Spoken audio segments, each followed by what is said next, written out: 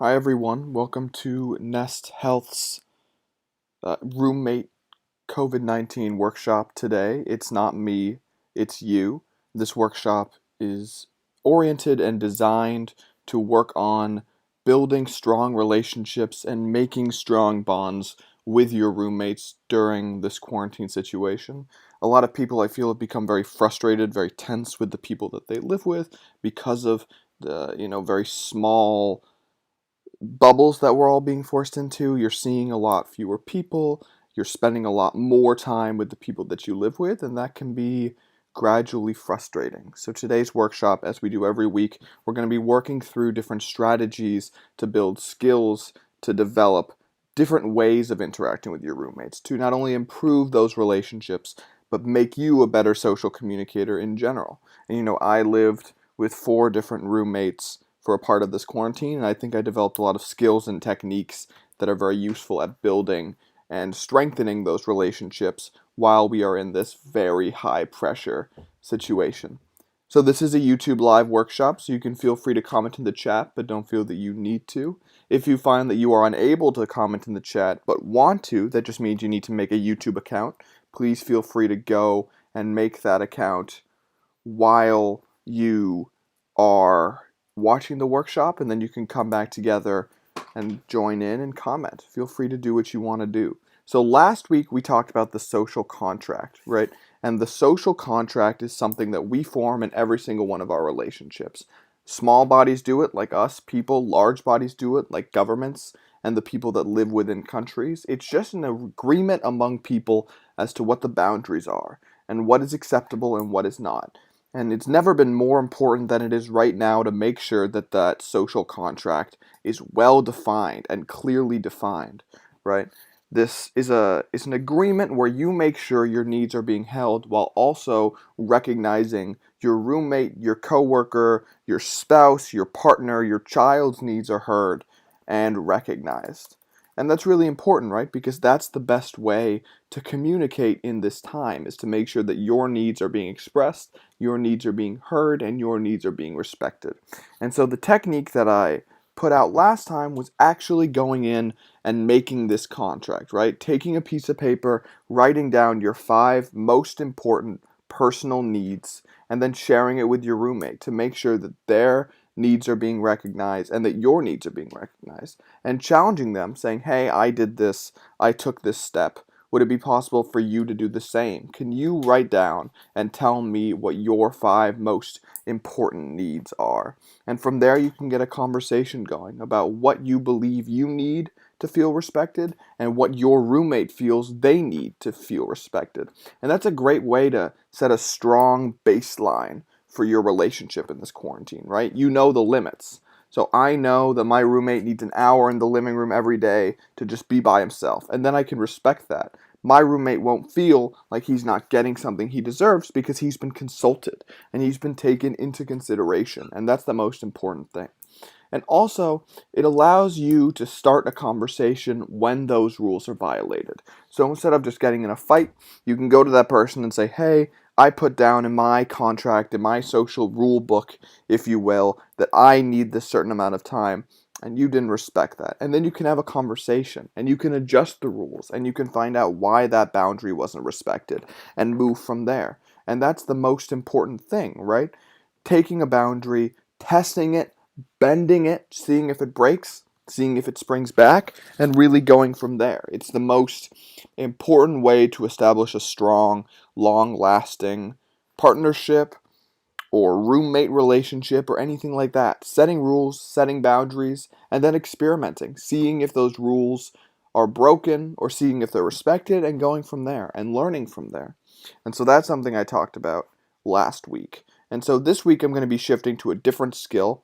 This workshop's going to be a little shorter than other workshops are. This is really one of Nest's skill-based workshops. And what I mean by that is I'm going to be giving you a recap of last week and then a new skill for this week all around this topic of roommate relations, and asking you guys to run with it. Leave the workshop and see if you can implement it. And today, it's about displacing frustration and displacing anger. right? Because this quarantine has taken so much from so many people. Not only has it hurt so many families and taken so many lives, but it's robbed us of moments and it's robbed us of memories. All of those college graduates who won't be able to go to their graduation, all of those seniors in high school who miss out on their spring, those of us who had plans, vacations, things lined up that we were really looking forward to, and now we're forced out of them. We're not allowed to experience those memories. I think there's a lot of underlying tension. There's a lot of underlying grief, and there's a lot of underlying loss. And the unfortunate thing about that is the virus isn't some physical entity, right? I can't go up to the virus and say, "Hey, I lost out on this great opportunity. I was really excited to do it. Screw you." I can't say that to a virus. So a lot of us just have to sit with this frustration, this ambivalent tension, this ambivalent feelings of, I was robbed, I was screwed over. And it's easy for that to seep into our relationships, right? It's easy for us to take that anger and that frustration, and it has nowhere to go, right? I can't get mad at the virus. I can't get frustrated at my school for closing because every school did. So I send it somewhere else. I send it towards someone who may not have necessarily done anything, and they get the full fuel of my frustration, the full fuel of my disappointment. And that's really hard. It's really difficult, and sometimes we don't even know what we're doing. So what I'd like to challenge you guys to do, the skill I'm teaching you guys today, is about thinking through anger and thinking through frustration. Because sometimes our roommates piss us off, and they just pissed us off. And that's the long and the short of it. We get mad, we get over it, and we move on. Sometimes when our boundaries are violated, that's something that really triggers those feelings of frustration, of disappointment, of aggravation. Screw you, you didn't respect my boundaries, I'm mad. But sometimes we're getting mad at someone, and that's not the full reason behind it. And so the skill I'm challenging everyone to learn today is a skill of stepping back and reflecting on anger before you get angry. And this is very difficult, right? It's so difficult to be in a moment of anger and not just go full stream ahead with that anger. That adrenaline starts pumping, those endorphins start moving, and you may not even know where you are. You may not even know what you're doing presently. You're just angry and you're going. And so, what I'm challenging you to do is take a deep breath when you get frustrated, when you get aggravated. Take that deep breath in, and from there, try and deconstruct what is making you angry. Deconstruct what's really breaking you down and see if you can move from there. So take a deep breath in when you feel yourself getting angry and think, what am I really angry about in this moment? If it's something as my roommate left dishes in the sink, does that need to be a full blowout of anger? Do I need to go into the room, into the living room, into the kitchen, into my roommate's room and start yelling at him? Probably not, right? So try and take a step back when you get angry, take that deep breath in and think, what is really triggering this? What is really making this anger happen, and go from there. So if turns out you're totally valid in your anger, right? My roommate really wronged me. I need to talk to him about this. That's fine, and that's going to happen, but really try and break it down because we're so much more sensitive right now. We're so much more easily aggravated that it can be easy to leap in because there's so much baseline frustration.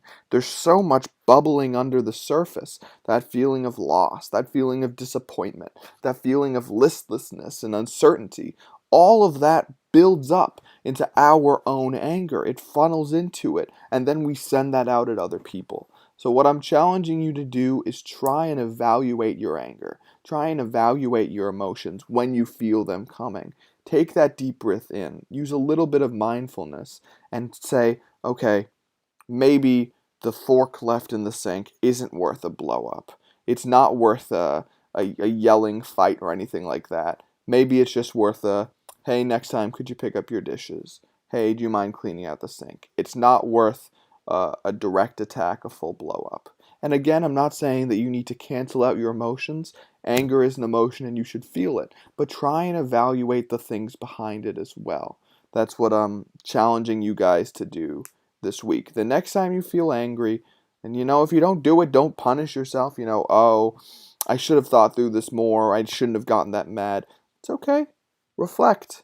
Go back in. Take a step back and think, okay, this week, this time, I'm going to try and think through this anger before I go for it.